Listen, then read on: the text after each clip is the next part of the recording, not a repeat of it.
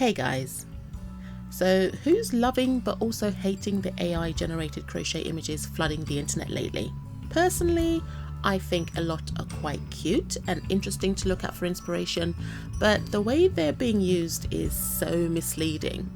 I recently saw this one AI generated amigurumi, I'll link it somewhere around here, and thought immediately, no way. I mean, there's just absolutely no way this amigurumi can be made. The amigurumi's tiny form cannot possibly hold the bulk of all that hair and skirt, not to mention everything that's added on top of it. But you know what? Challenge accepted. So for this week's project, it's me versus the AI. Who doesn't want that challenge? Let's get started. Since I'll be making a Ladybird inspired mini diva, I'll be working mostly with red and black. I will leave a list of all the materials I used in the description box below, so in case I miss mentioning anything, don't worry, you'll find it in the description box as always.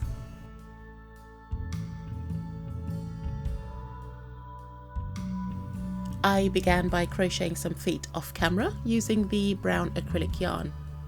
I left her feet bare because, well, no one wears socks with a ball gown, right? I mean, some might, but I don't know them. Anyway, I made 2 of these and joined them together before continuing to work my way up. I then switched colours to the red to give her some red shorts. Bloomers? Shorts. We'll call them shorts for now.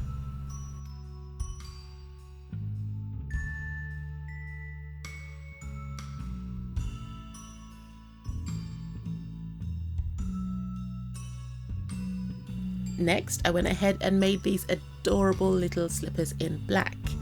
Even though they are cute as they are, I thought I'd add a little bow to them to give them some extra detail while also incorporating the red.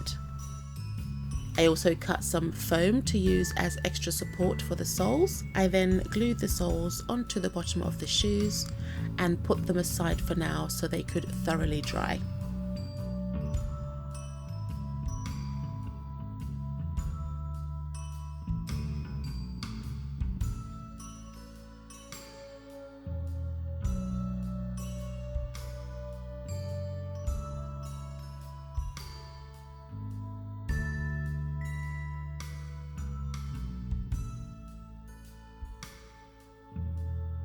Returning to the body, I crocheted the rest of the torso and then switched to black for the bodice part of the dress. I'll go back to that later to finish off the skirt section of the dress.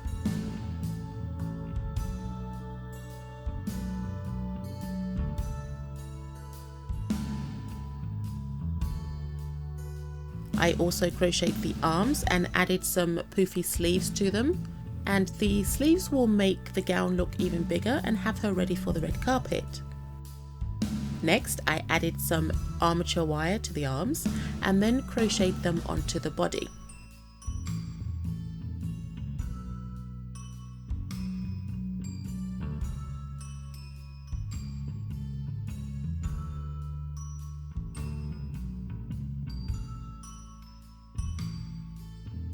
It's looking good so far. I had already switched back to the brown yarn as I wanted an off-the-shoulder look for this dress, and so I carried on until I finished up the head, installed the eyes, and then closed up the top.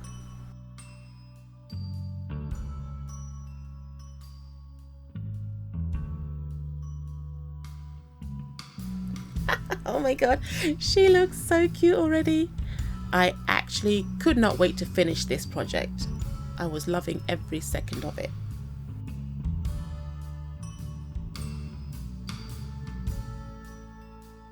I kind of did things in the wrong order with this one because I usually do the skirt first in its entirety before going back and finishing the amigurumi. But since I'm up against an AI, I didn't want to risk the proportions being wrong because this project was already running way too long. And I must admit I was feeling very intimidated by trying to match an impossible image. In other words, I finished off the amigurumi head and everything else before going back to the skirt. So the order of things may look unusual to some of you, but I promise there was a good reason for it.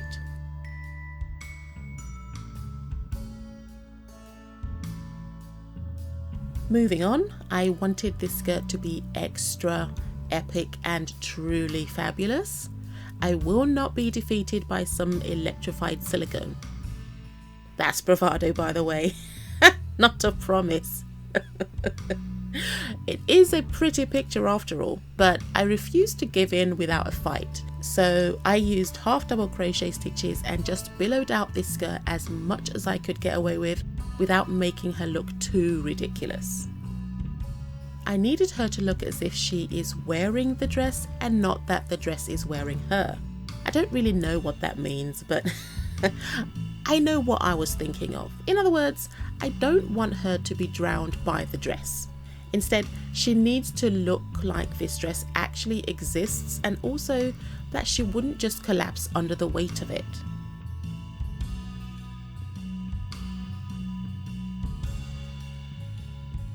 I moved on to the hair and started with some black DK acrylic yarn.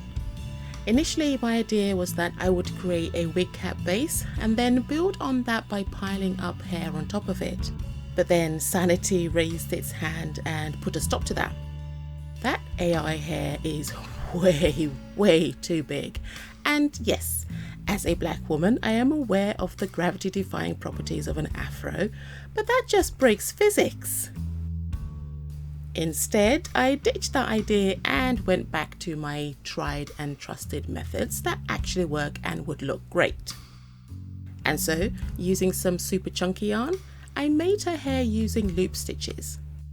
I have made this hair before in my forecast video from Super Crooks. I will link that video in the description box below and in the iCard above for you to check out in your own time if you so wish.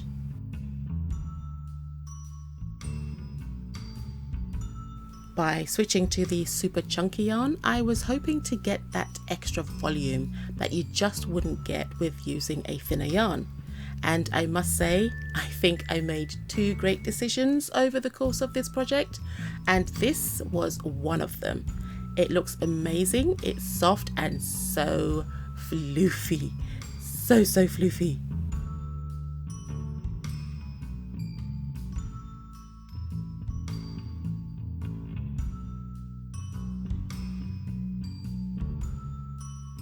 Now for the tedious bit, making the black spots or the dots. I did this quite simply by making a circle using the DK weight acrylic yarn, and then repeated that a bunch more times. And that's it. Just make dots, more dots, and if you don't have enough dots, you will get minus 50 DKP. Those who know will know. Anyway, I then sewed each dot individually, spacing them out as evenly as I could. And you know what? With me and sewing, yeah, not the best of friends, but with this one I actually did enjoy it. There's a surprise. To be fair, I think it's because of the cuteness level on this one. I mean, she's so cute, you can't get mad at her. So yeah, sewing aside, love this project. After I finished the skirt, I had to pause for a while as I waited for the crochet lace trim that I'd ordered to arrive. When it did, I then had to decide on whether to actually use it or not.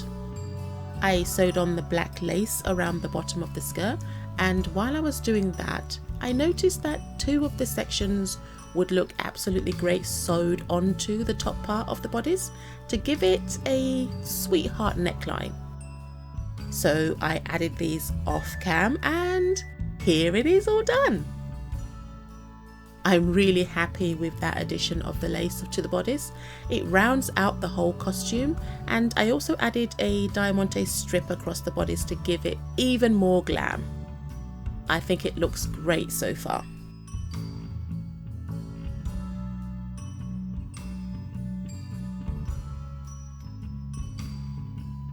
So I made a few accessories for her because obviously I didn't want to overwhelm her by just piling and piling more on top. And I found this sunflower whilst on my just regular shopping round, and it already had a ladybug on it, so all I needed to do was to add a couple of pin backs. So here I am just gluing that on, and I found this little tiny ladybug that I already had before, and I'm just going to add a little pin back to it using the glue, and then I will glue that onto her dress. So what was the second best decision of this project? Well, it was to make some earrings for her.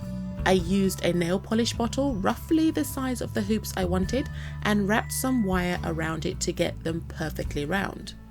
She looks great as is, but the addition of the earrings just made her look even better. It just elevated the look up a notch. And we always want to go glam when we're going for the red carpet, so why not?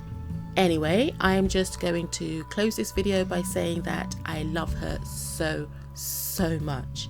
She's absolutely my favourite so far this year. I don't know if I actually beat the AI, but I sure did give it a good old college try. Let me know how you think I did. I'd also love to know your thoughts on AI in the realm of crochet. There's no doubt we're going to see more of it, for better or for worse. But anyway, before we get to the reveal, I'd just like to say thank you for watching, and of course if you'd like to see more, then please like, share, comment and even consider subscribing. Also, if you are feeling generous, then please consider buying me a cup of coffee on Ko-fi. The link to my Ko-fi page is included in the description box below, and any and all donations are greatly appreciated. And in the great YouTube tradition, please don't forget to hit that bell button to be notified whenever I upload a new video. And with that said, enjoy the beauty shots, and I'll see you in the next one. Bye!